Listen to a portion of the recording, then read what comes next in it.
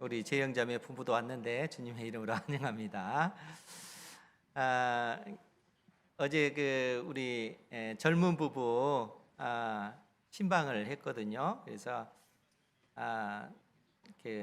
참 마음에 감동이 되더라고요. 우리 젊은 이 형제가 그 간증을 들어보니까 5살 때 이모 집, 이모 또 이모부 집으로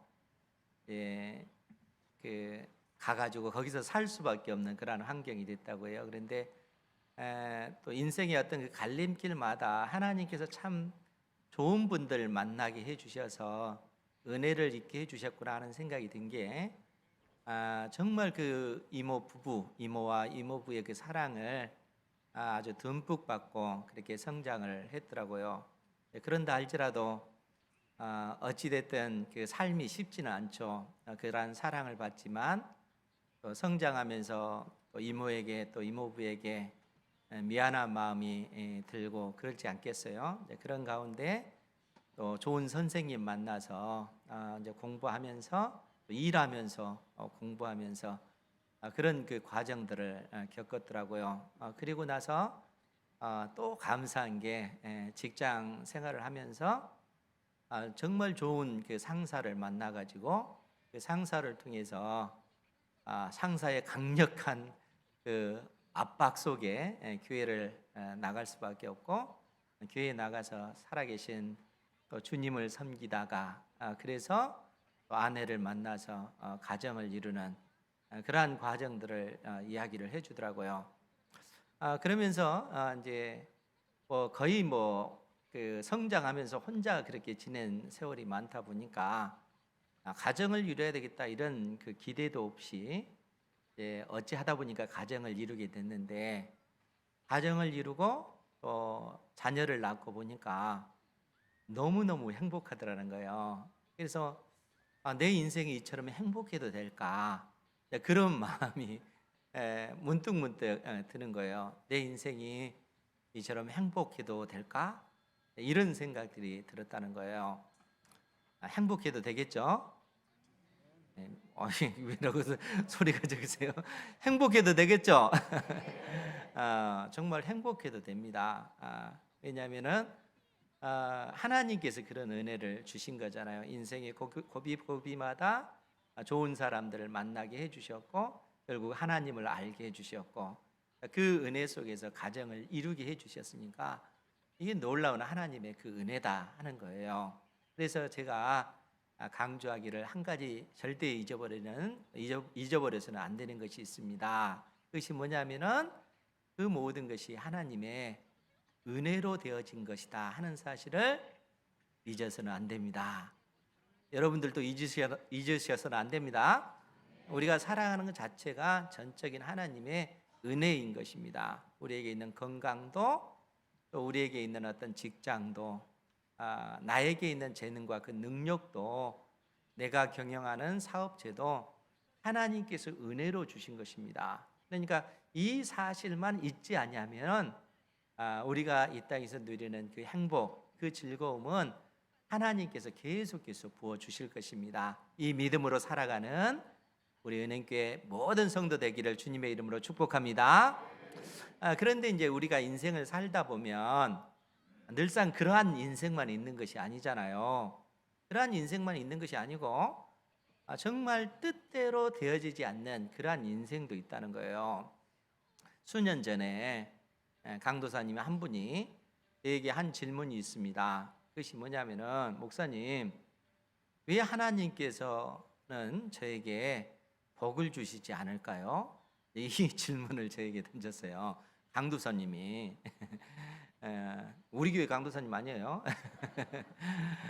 왜 하나님께서 저에게 복을 주시지 않을까요? 그 강도사님도 나이가 있는 40대가 넘어서는 40대 중반이 넘어서는 그러한 강도사님이셨는데 그 강도사님 입장에서는 그렇지 않겠어요?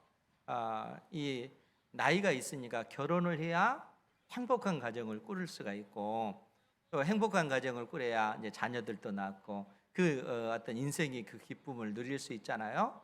그리고 무엇보다도 이제 사역자들은 우리 교단 같은 경우는 이제 목사 안수를 받으려면은 결혼을 해야 돼요.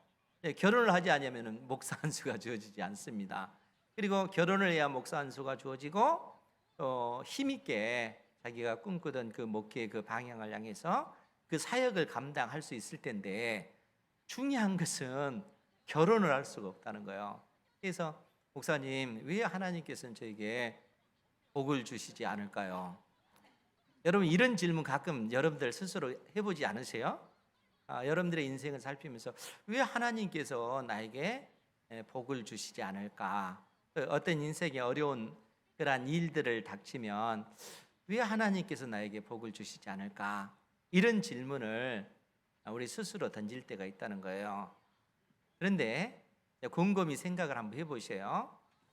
그 질문을 조금 바꾸어서 내가 이 땅에서 살아가는 삶의 목적이 어디에 있지? 한번 생각 한번 해보세요. 내가 이 땅에서 많은 돈을 버는 것이 내 인생에 있어서 첫 번째 목적일까?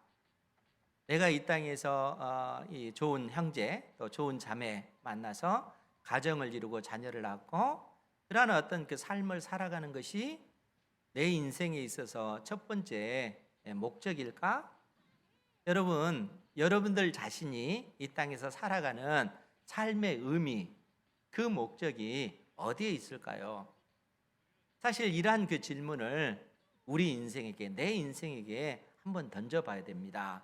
내 인생이 어떻게 살아가는 것이 나의 인생이 가장 의미 있는 인생일까? 가장 가치 있는 인생일까? 사실 그러한 그 답을 오늘 바울 사도가 우리에게 해주고 있다는 거예요. 우리가 18절 말씀부터 봤는데 우리 18절 말씀 한번 같이 한번 볼까요? 빌립보서 1장 18절 말씀 시작.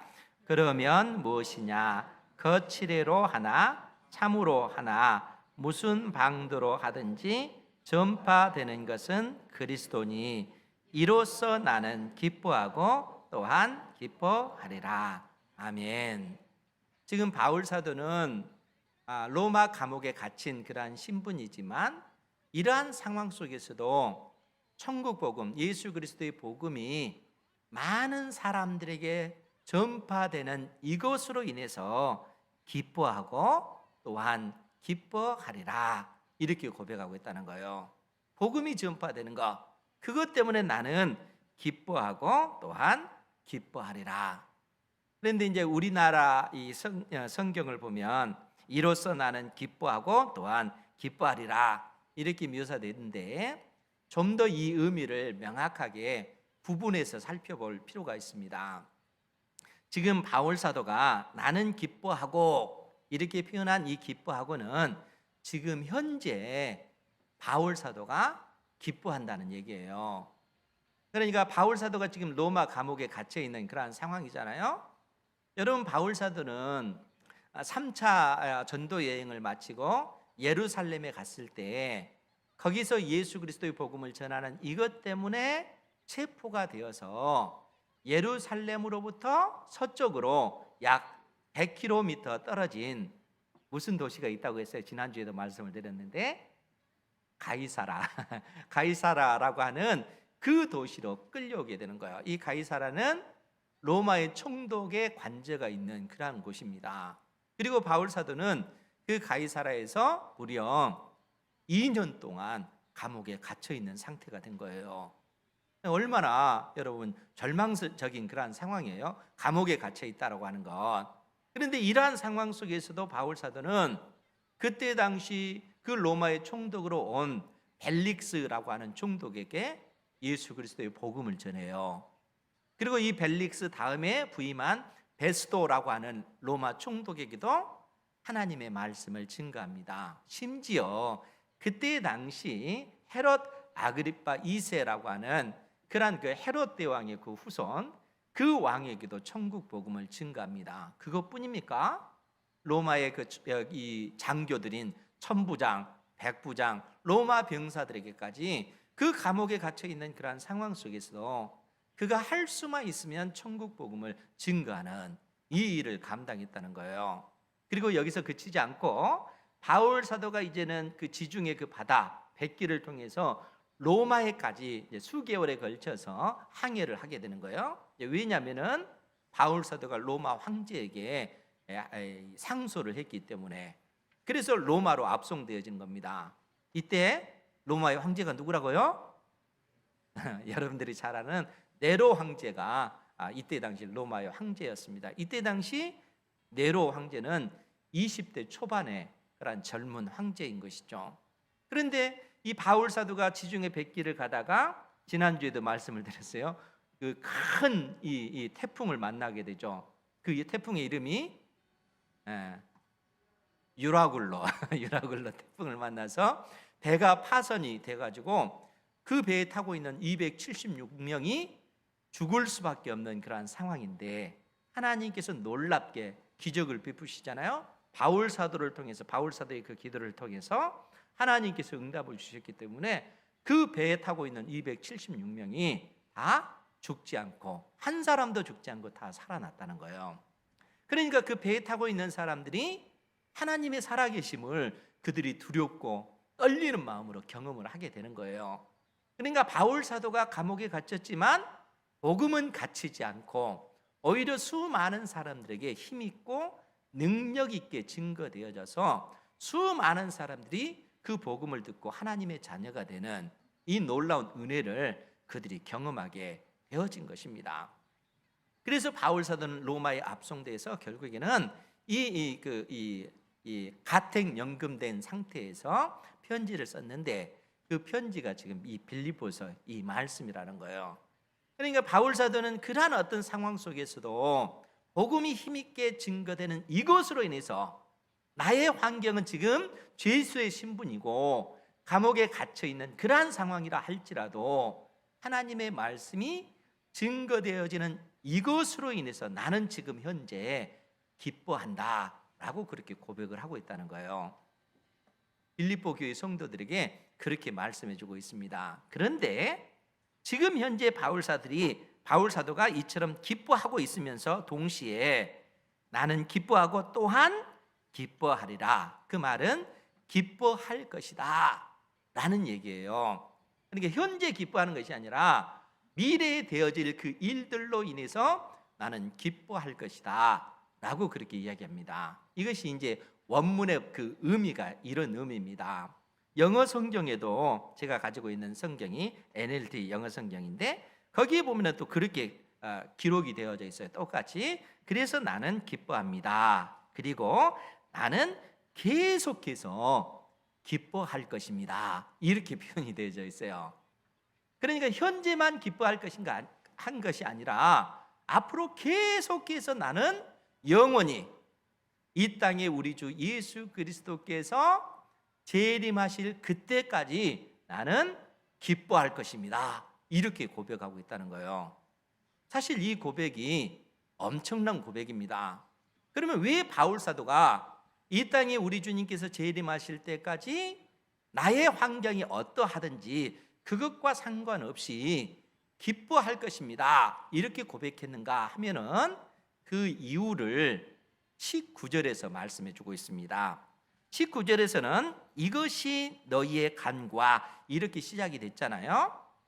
그런데 이제 원문에는 왜냐하면 이런 뜻을 가지고 있어요. 영어 성경에도 왜냐하면 이렇게 시작을 합니다. 그러니까 뭐라고 얘기를 하냐면 나는 이 땅에 우리 주님께서 재림하실 때까지 기뻐할 것입니다. 왜냐하면 이것이 나를 구원에 이르게 할 줄을 알기 때문입니다. 이런 표현입니다. 이것이 나를 이 땅에 우리 주님께서 재림하실 때 나로 하여금 구원의 완성에 이르도록 할 것을 내가 확신하기 때문에 그렇습니다 라는 얘기예요. 그러면 이것이 무엇일까?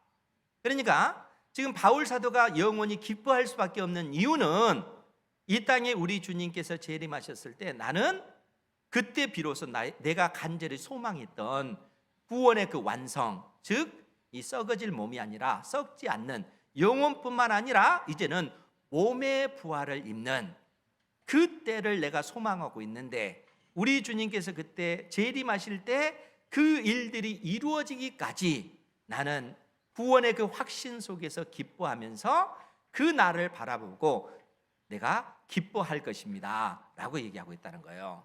그러면은 이제 여기서 중요한 것이 뭐냐면은 바울 사도가 이처럼 장차 이 땅에 우리 주님께서 재림하실 그 날을 바라보면서 이제 기뻐할 수 있는 그 근거로 지금 19절을 하고 있는데, 이것이 의미하는 바가 뭔가 하면은 두 가지인데, 이것이 너희의 간구와, 즉 빌립보 교회 성도들이 바울 사도를 위해서 기도하는 것과 예수 그리스도의 성령의 도우심으로 나를 구원에 이르게 할 줄을 내가 압니다, 그 얘기예요. 즉 이것이라고 하는 것은 빌립보 교회 성도들이 지금 바울 사도를 위해서 기도하는 것과 또 한 가지는 내 안에 계신 예수 그리스도의 성령께서 나를 끝까지 도우시는 이것 때문에 장차 이 땅에 우리 주님께서 재림하셨을 때 내가 구원의 그 완성에 이르게 될 것을 내가 확신하고 이것 때문에 내가 기뻐하는 것입니다 라고 고백하고 있는 거예요. 좀 이해가 되시나요? 좀 어렵긴 하죠. 어렵긴 하는데 중요한 것은 뭐냐면은 바울 사도도 감옥에 갇혔을 때 그 감옥에 갇힌 상황 속에서 기뻐하면서, 바울 사도도 사실 예수 그리스도를 믿음으로 말미암아 구원을 얻은 것이잖아요. 그리고 그런 바울 사도를 위해서 빌립보 교회 성도들이 위해서 기도할 때 그 기도의 내용이 무엇일까라고 했을 때, 단순히 바울 사도가 그 감옥에서 풀려 나오기를 기도한 것이 아니라는 거예요. 오히려 빌립보 교회 성도들의 기도의 수준이 굉장히 높아요. 만약에 우리는 어느 누가가 감옥에 딱 갇혔다 그러면, 하나님 복음 때문에 누가 감옥에 갇혔습니다, 속히 풀려날 수 있도록 해주세요, 우리는 이렇게 먼저 기도하잖아요. 그런데 빌립보 교회 성도들은 그렇게 기도하지 않은 거예요. 왜냐하면 바울 사도에게 주신 사명은 이방인의 사도, 이방인들을 구원해내는 이 사명을 감당하라고 하나님께서 바울 사도에게 사명을 주셨다는 거예요.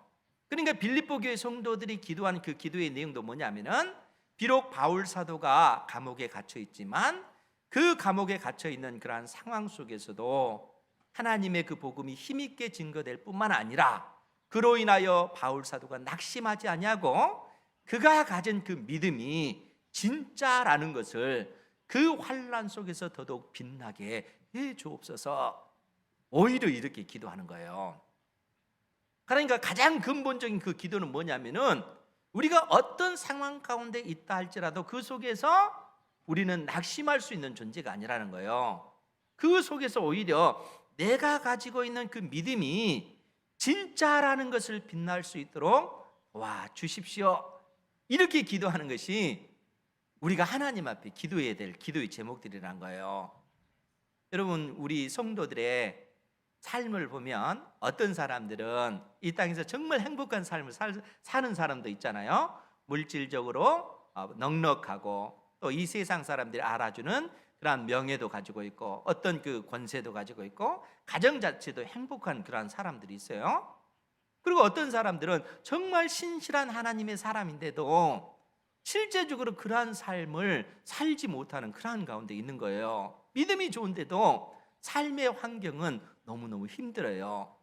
그래서 스스로 생각하기에, 하나님, 내가 이렇게 사는 것이 오히려 하나님의 그 영광을 가리는 것이 아닙니까? 이렇게 기도하는 경우도 많다는 거예요. 여러분, 우리 그 강도사님도 생각해 보세요. 목사님, 하나님께서 왜 나에게 복을 주시지 않을까요?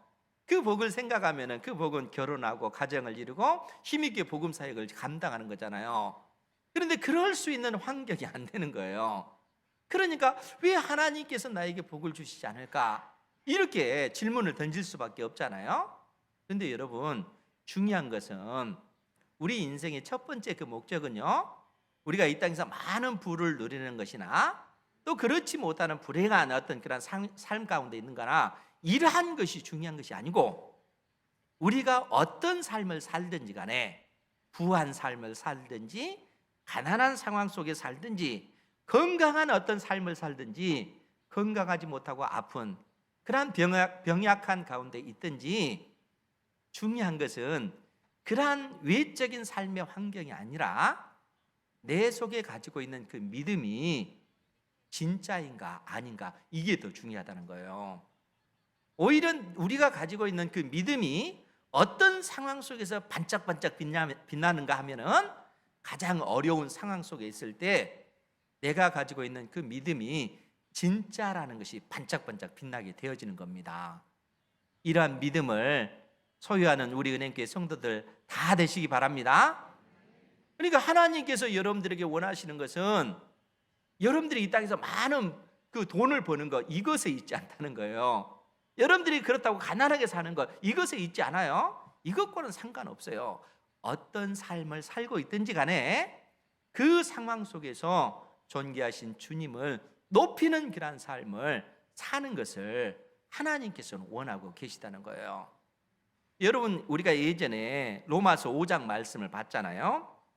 5장 그 3절 말씀에 보면 익히 잘하는 그런 말씀이 있는데, 로마서 5장 1절 말씀에 바울 사도가 뭐라고 우리에게 말씀했냐면은 우리가 믿음으로 의롭다 하심을 받았으니, 이렇게 얘기를 해요. 우리가 의롭게 된 것은 오직 믿음으로 그렇게 됐다는 거예요. 근데 믿음으로 의롭게 된 사람은 이 땅에서 늘상 행복하게만 사는가 하면 그렇지 않다는 거예요. 우리가 믿음이 있음에도 불구하고 우리 인생이 이 땅에서 환난을 당할 수 있고 고난을 당할 수도 있다는 거예요. 그럼 여러분, 그 환난 속에서 우리가 어떻게 해야 되겠어요? 그 환난 속에서 우리가 낙심하고 좌절하고 절망하고, 하나님께서 나를 버리셨나 보다, 나도 하나님을 떠나야지, 이런 생각을 가지면 되겠어요? 그런 생각을 가지면 절대 안 되는 거예요. 하나님께서 우리 인생 가운데 그러한 고난을 두실 때, 환난을 두실 때 우리는 어떻게 되냐면은 그 환난 속에서 우리는 견뎌내야 되는 거예요. 인내해야 되는 겁니다. 그 속에서 인내하고, 인내의 그 과정을 겪다 보면은 그 속에서 우리가 연단되어지는 거예요. 순전한 하나님의 사람, 그 환난 속에서도 나와 함께 하시는 그 주님을 우리가 경험하게 되어지는 거예요. 그리고 온전한 하나님의 사람으로 우리가 연단되어지는 것이죠. 보석처럼 빛나는 그 믿음을 갖게 되어지는 것입니다. 그리고 그 연단이 결국에는 소망을 이루게 만드는 거예요. 그 소망은 어떤 소망이겠어요? 이 땅에 우리 주님께서 재림하실 때 완전한 그 구원, 몸의 부활을 있게끔 해준다는 거예요. 그러니까 바울 사도는 이 땅에 살아가면서 철저히 바라보는 것이 뭐냐면은, 철저히 그의 전 인생을 통해서 오직 우리 주 예수 그리스도를 높이는 그러한 일들만 행하는 거예요. 내 인생을 통해서 오직 하나님의 그 존귀하심만을 드러내기를 소망하면서, 동시에 바울 사도가 개인적으로 간절히 사모하는 것은 하나님께서 나에게 베푸신 그 구원의 그 은혜, 그 구원의 그 완성을 바라보면서 그가 항상 즐거워하고 기뻐하고 또 믿음의 눈으로 하나님을 바라보는 그러한 삶을 살았다는 거예요. 그러니까 지금 현재 바울 사도가 감옥에 갇혀 있음에도 불구하고 하나님의 그 생명의 복음, 죄와 사망에서 수많은 인생들을 구원해내는 이 복음이 증거되는 이것으로 인해서 현재 기뻐할 뿐만 아니라 장차 하나님께서 나에게 주실 그 구원을 믿음의 눈으로 바라보면서 계속해서 기뻐하는 그러한 삶을 살고 있다라고 지금 고백하고 있다는 거예요. 그러니까 바울 사도가 가지고 있는 그 믿음의 그 수준이라고 하는 것이 어떠한 것인가 하는 것을 우리가 생각을 해야 돼요. 그래서 바울은 사도니까, 그것이 아니고 우리도 궁극적으로 바울 사도가 가지고 있는 그러한 어떤 그 신앙을 추구하면서 나가야 되는 거예요. 그러니까 나의 삶을 통해서 오직 우리 주 예수 그리스도만 높이 들림받기를 원합니다. 하나님의 복음이 힘있게 증거되어지기를 소망합니다. 이러한 삶을 추구하면서 살아가기를 하나님께서는 우리에게 원하고 계시다는 거예요. 이러한 삶을 사는 여러분들 되시기 바랍니다. 그러니까 1차적으로 중요한 것은 뭐냐면은, 우리 인생이 이 땅에서 많은 돈을 가지고 있든 가지고 있지 않든 이런 환경이 중요한 것이 아니라는 거예요. 중요한 것은 우리가 가지고 있는 믿음이 중요하다는 거예요. 이것이 우리를 궁극적으로 구원에 이르도록 만들기 때문에 그렇다는 거예요. 이것 때문에 바울 사도는 내가 계속해서 기뻐할 것이다 라고 이야기하고 있는 것입니다. 그러면서 뭐라고 얘기합니까?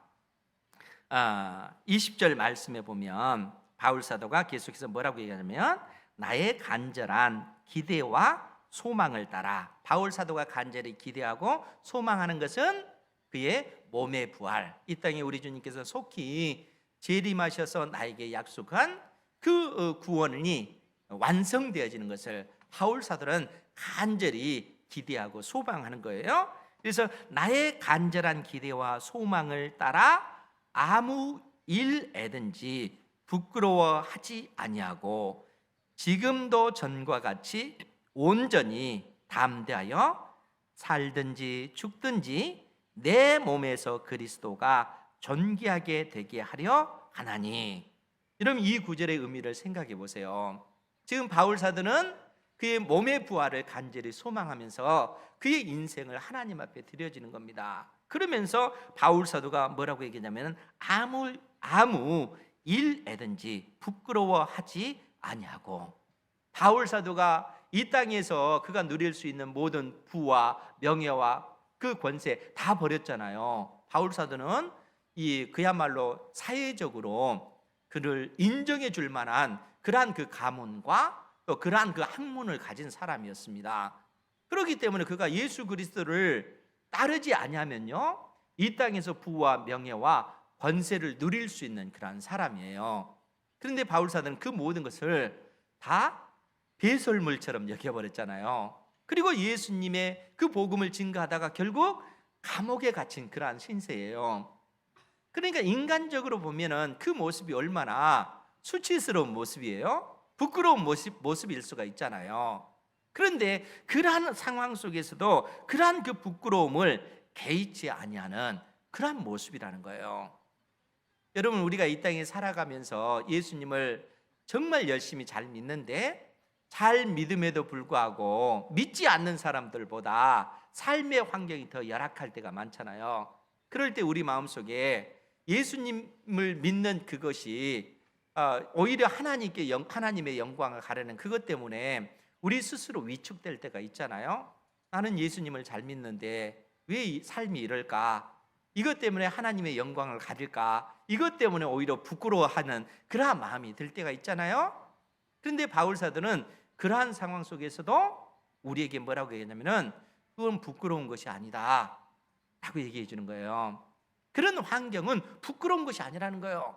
오히려 그런 상황 속에서 내가 가지고 있는 믿음의 진리라면은 당당하라는 거예요. 왜냐하면은 내가 가지고 있는 이 복음은 죄와 사망의 그 권세에 있는 인생을 구원해 주는 하나님의 그 복음의 그 능력이기 때문에 그렇습니다.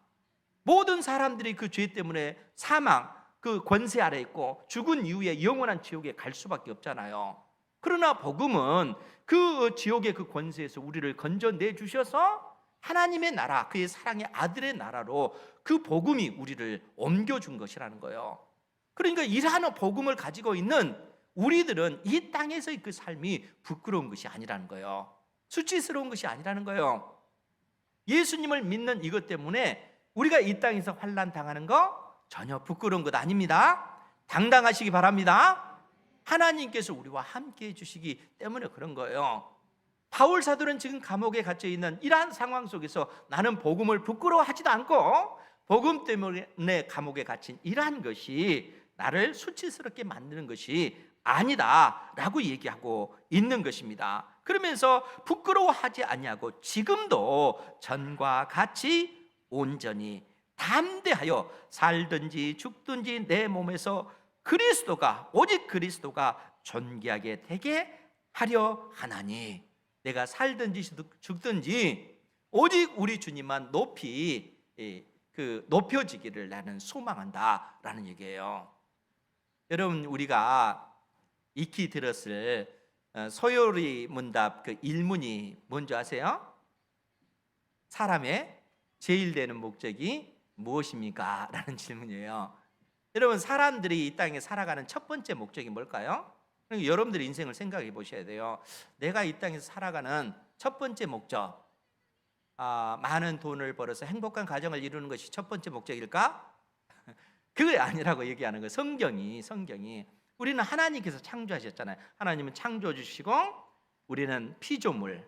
하나님께서 우리를 창조하셨을 때 우리에게 주신 첫 번째 목적이 있어요. 그 목적이 뭐냐면은 우리 인생의 첫 번째 목적, 그것은 하나님을 영화롭게 하고 하나님을 영원토록 즐거워하는 것입니다. 그것이 첫 번째 목적이에요. 영화롭게 한다는 것은 하나님께서 왕이십니다. 우리는 하나님의 백성이요 하나님의 통치와 다스림을 받는 하나님의 자녀입니다 라는 그러한 고백이라는 거예요.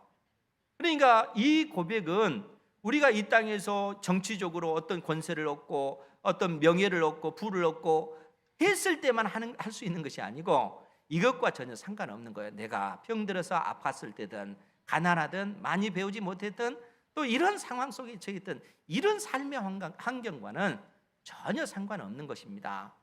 어떤 상황 속에서든지 하나님이 나의 주 되십니다. 나의 왕 되십니다. 나는 하나님의 자녀로서 하나님의 통치와 다스림을 받는 하나님의 백성입니다. 이러한 믿음의 그 고백이 1차적으로 우리에게 있어줘야 된다는 거예요. 이것이 사람의 첫 번째 되는 목적이기 때문에 그렇습니다. 바울 사도는 어떻게 고백했을까요? 21절 말씀 우리 같이 한번 볼까요? 시작. 이는 내게 사는 것이 그리스도니 죽는 것도 유익함이라. 아멘. 바울 사도는 뭐라고 고백했냐면은 내게 사는 것이 그리스도니, 이 말은 나의 삶의 의미, 나의 삶의 목적이 어디에 있는가 그 얘기예요. 사람이 사는 첫 번째 목적, 바울 사도가 이 땅에서 육신을 입고 살아가는 그 첫 번째 그 목적, 아니 그의 인생 전체의 그 목적이 무엇인가? 그 목적은 그리스도다라는 얘기예요. 바울의 전 인생은 그리스도를 위한 삶이라는 거예요. 하나님께서 그에게 맡기신 천국 복음을 증거하는 그러한 삶이 바울 사도의 전 인생의 그 목적인 것입니다. 그러니까 바울 사도는 그 목적을 이루기 위해서 그가 나는 이 땅에서 이 아름다운 그 여자를 만나서 가정을 이루고 자녀를 낳고 행복한 삶을 살아야지, 이렇게 생각하지 않은 거예요. 어떤 사람에게는 이것이 목적일 수 있잖아요. 그런데 바울 사도는 인생의 목적이라고 하는 것은 그런 것이 아니라는 거예요.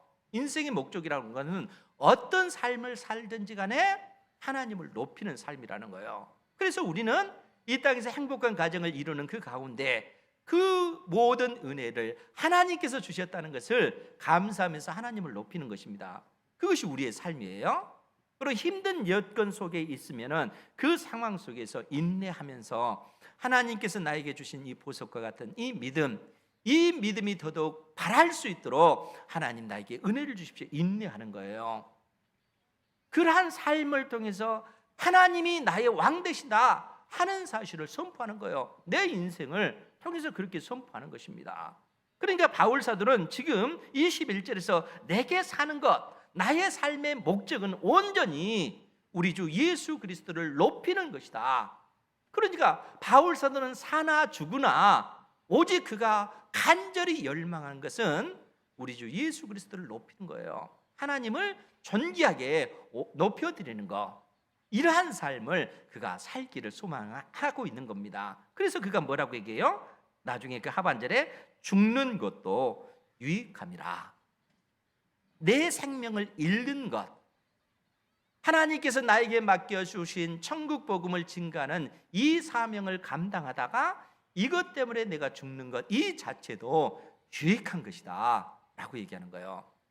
사실 바울 사도에게서는 우리가 살고 있는 이 세상과 장차 올 세상에 그 경계가 없어요. 그 경계라고 하는 것은 죽음을 통해서 이 경계가 정해지는데 바울 사도는 이 경계 자체를 아무렇지 않게 생각해요.